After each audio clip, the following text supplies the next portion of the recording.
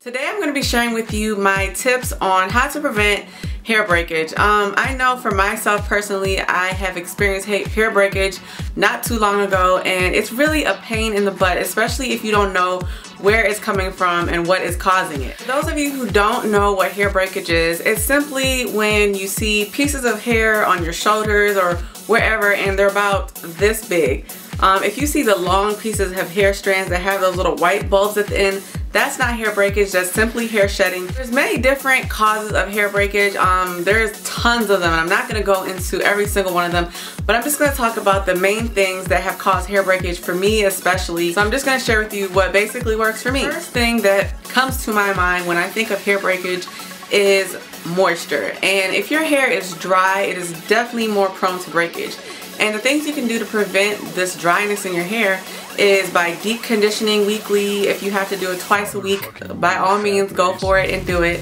Moisturizing and sealing your hair, and that's when you just put a moisturizer in, seal it with the oil. Another thing would be co-washing. I know that really benefits me. Now, the ends of your hair typically are the driest part of your hair, and the reason for that is because it's the oldest. With everything that gets older, it goes through more wear and tear. So the older something is, the more you have to really take care of it. And just like your hair, your ends are really old. I know mine are, they're a hot mess. So I really have to really baby them and make sure that they're really moisturized. Thing is your detangling method. Me, I like to use a wide tooth comb that looks like this. If your comb does not look like this while you're detangling, and it looks like this side right here, you're doing it totally wrong and you're going to experience breakage. Like, it's just going to happen. You need a wide tooth comb, especially like if you're in the shower and you're detangling. Your hair is just, using this will cause your hair to just snap, crackle, pop, break, everything. It'll just be really, really bad. And before I started, trust me, I used this all the time. I thought this was the only comb out there.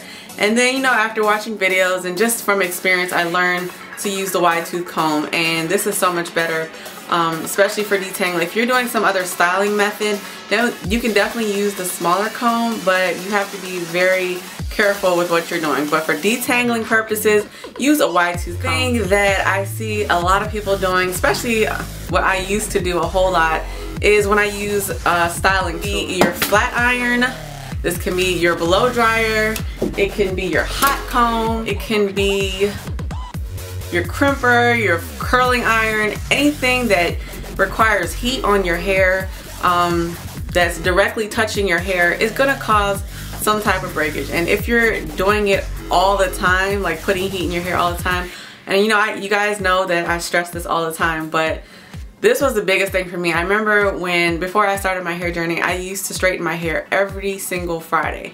And I wanted to look cute for the weekend, and my hair was literally right here, and it was really thin. Like, I already have thin hair, but my hair was so thin, and it had no life to it.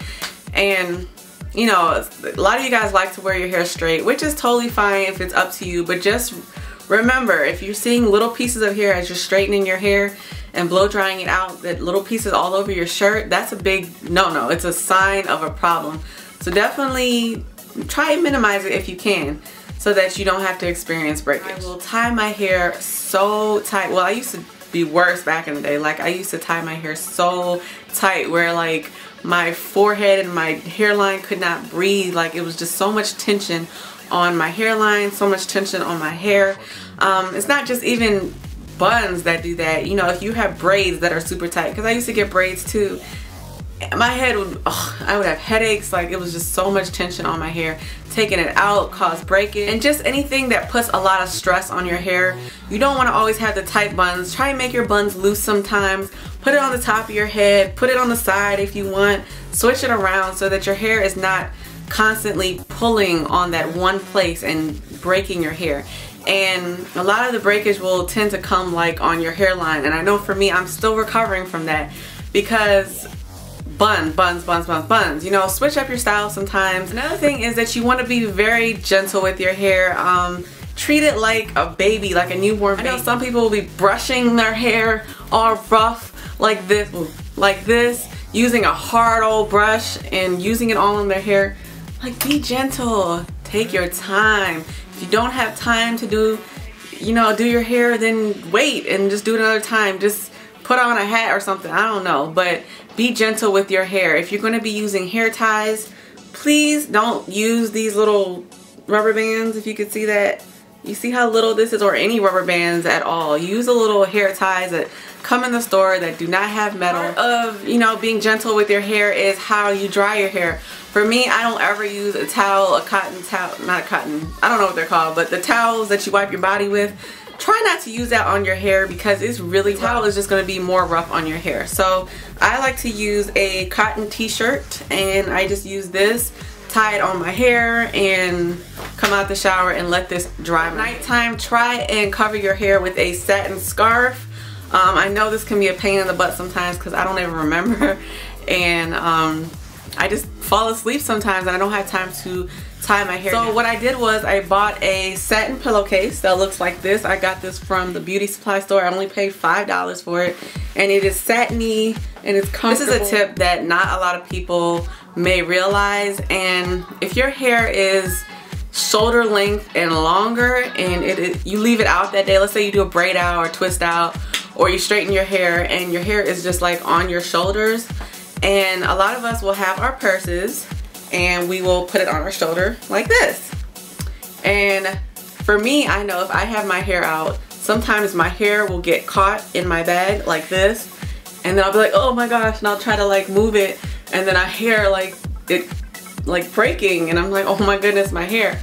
So definitely, that's why I say try and protective style.